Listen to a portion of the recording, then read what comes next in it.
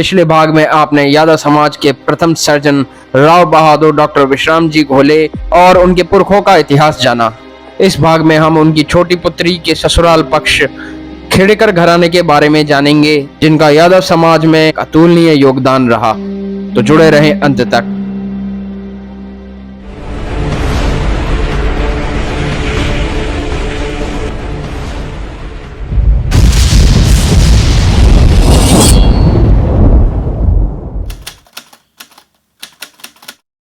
उन्नीस 1910 के तकरीबन भारत की सभी जातियों ने अपने अपने सामाजिक संगठन खड़े किए और जातीय पहचान के लिए एक दूसरे को इकट्ठा करना शुरू किया।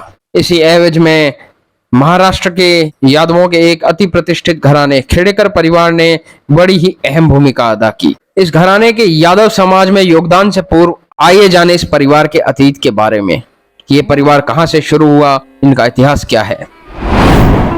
इस घराने की प्रमुख गद्दी महाराष्ट्र के रत्नागिरी जिले के खेड़ा नामक इलाके से है। खेड़ा पूर्व में शासित इस घराने की एक जागीर हुआ करती थी।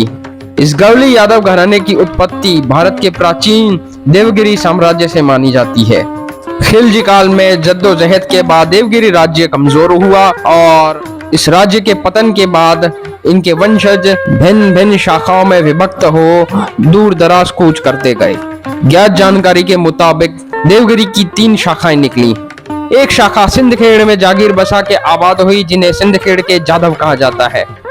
दूसरी शाखा खेड़ा नामक स्थान पे आई, जिन्हें खेड़ेकर गवली यादव कहा जाता है। और तीसरी शाखा मध्य प्रदेश के रायसेन जिले में आई, जिन्हें नईगढ़िया राजवंश के नाम से जाना जाता है। खेड़े में जागीर और राज्य स्थापित करने के कारण ही इनके घराने का उपनाम खेड़ेकर पड़ा। इसी घराने में आगे चल सन 1850 के तकरीबन विलक्षण प्रतिभा के धनी जागीरदार भाऊ साहेब श्री विठल जी खेड़ेकर का जन्म हुआ। पुरखों से मिली विरासत के साथ साथ खेड़ेकर साहब ने आधुनिक शिक्षा व्यवस्था में ऊंची तालीम हासिल की और गुजरात के भावनगर रियासत में एक सम्मानित सरदार हुए। इनका विवाह भी एक सम्मानित यादव सरदार की बेटी से हुआ। भाऊ साहिब आधुनिक समय में प्रथम यादव विभूति कहे जा सकते हैं, जिन्होंने यादवों को एक सूत्र में पिरोने के लिए सर्वप्रथम कदम उठाया। आपने यादवों के विहंगम इतिहास पर एक किताब भी लिखी, जिसे अंग्रेजी में the divine heritage of Yadavas कहा गया। इसमें इन्होंने लिखा कि कैसे एक राजशाही क्षत्रिय कौम यादव, जो 12वीं शताब्दी तक भारत के विभिन्न इलाकों में शासन व्यवस्था में रहे, और फिर कैसे आक्रमणकारियों विशेषतः मुस्लिम आक्रांताओं के दौर में इनका पतन शुरू हुआ। 1890 और 1900 के आसपास अंग्रेजों ने पुरातत्व इत्यादि विभाग की स्थापना की और भारत की मौजूदा जातियों ने अपने अपने जातीय इतिहास के लिए खुद को संगठित करना शुरू किया। भला यादव बिरादरी कैसे पीछे हटती। यादवों में उस समय के जो भी बड़े घराने इत्यादि थे, उनके बाशिंदों ने अपने अपने स्तर से समाज को एक सूत्र में पिरोने के लिए संघर्ष किया। उन सभी यादव महानुभावों ने पूरे भारत का भ्रमण किया और आधुनिक समय में यदुवंश के सर्वप्रथम जातीय संगठन यानी अखिल भारतीय यादव महासभा की नींव डाली प्रयागराज की पावन धरती पर। जैसा कि आप सभी जानते हैं कि सोशल मीडिया इत्यादि के माध्यम से कुछ असामाजिक तत्वों के लोग यह भ्रामक जानकारी फैलाते हैं कि 1900 या 1910 के पूर्व जो हमारा आधुनिक यादव अहीर समाज है, ये यादव नहीं लिखा करते थे। तो आइए उस बारे में जानें। ये 1910 का वो समय था जब सभी जातियों ने अपने संगठन किए। यादव ही अकेले इसमें नहीं थे। राजपूतों ने अपने राजपूत कुलों को इकट्ठा करना शुरू किया, मराठों ने मराठों को, वैश्य वर्ग ने अपने वैश्य तबके की जातियों को इकट्ठा करना शुरू किया।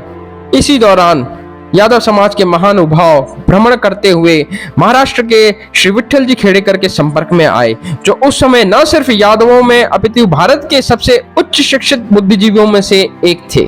सभी ने यह परामर्श किया कि ऐसा क्या किया जाए जिससे भारत के यदुवंशी संगठित हो सके। सीमित संसाधनों के बावजूद सभी ने मिलकर बेहद ही उम्दा काम किया, क्योंकि उन दिनों राजपूत, मराठा, जट इत्यादि संगठन जो एक नस्ल या जाति न होकर नए नए निर्मित संगठन थे, वे भी संगठित हो रहे थे और इन संगठनों में यादवों की कई शाखाएं भी जा मिली। हमारा समाज उन दिनों बिखरा हुआ था। समाज में हजारों हजार गोत्र, उपगोत्र और कई प्राचीन शाखाओं में विभक्त यादवों को एकजुट करना एक वाकई बड़ी चुनौती थी। यादवों में कोई ऋषि शाखा से है, कोई मधु, कोई महाभोज, कोई है, कोई चेदी, कोई घोष, तो कोई विदर्भ, तो कोई कुछ। इनके बाद हजारों उपगोत्र, कई प्रांतीय पदवियां, तो कुछ इलाकों में सामंतशाही पदवियां। ऐसे में सहूलियत के लिए अपने कौम के लोगों की आसानी से पहचान हो सके, इसके लिए सभी महानुभावों ने मिलकर एक आसान तरकीब निकाली कि जितने भी प्रकार के यादव हैं वे सभी अपने आदि पुरुष महाराज यदु के नाम पर यादव या यदुवंश लिखें, जिससे कि पहचान करने, शादी विवाह इत्यादि करने में सहूलियत हो। इनके बाद इनके सुपुत्र श्री रघुनाथ विठल खेड़ेकर, जो विलायत से डॉक्टर की उच्च तालीम हासिल करके आए थे, ये भी सामाजिक कार्यों में जुट गए और महासभा के खास सदस्य बन गए। इन्होंने अपने पिता के द्वारा यादव समाज पर लिखी किताब का अंग्रेजी रूपांतरण करते हुए the divine heritage of Yadavas लिखी। आपकी ही अध्यक्षता में सन 1925 में ऑल इंडिया यादव महासभा की गोरखपुर में राष्ट्रीय स्तर की बैठक हुई। आपका विवाह पूरे धूमधाम के साथ गोपालगढ़ के घोले यादव परिवार के राव बहादुर श्री विश्राम जी की सुपुत्री से हुआ। जीवन के शेष दिनों में आदरणीय विठल जी खेड़ेकर ने समाज सुधार और धर्म रक्षा के लिए सराहनीय प्रयास किए। इन्होंने पंडित श्री आत्माराम पांडुरंग के संग मिलकर सनातन धर्म में सुधार के लिए प्रार्थना सभा की स्थापना करवाई। ताउम्र संघर्षरत रहे श्री विठल जी खेड़ेकर को इसीलिए यादव समाज का आधुनिक भागीरथ कहा जाए तो गलत ना होगा।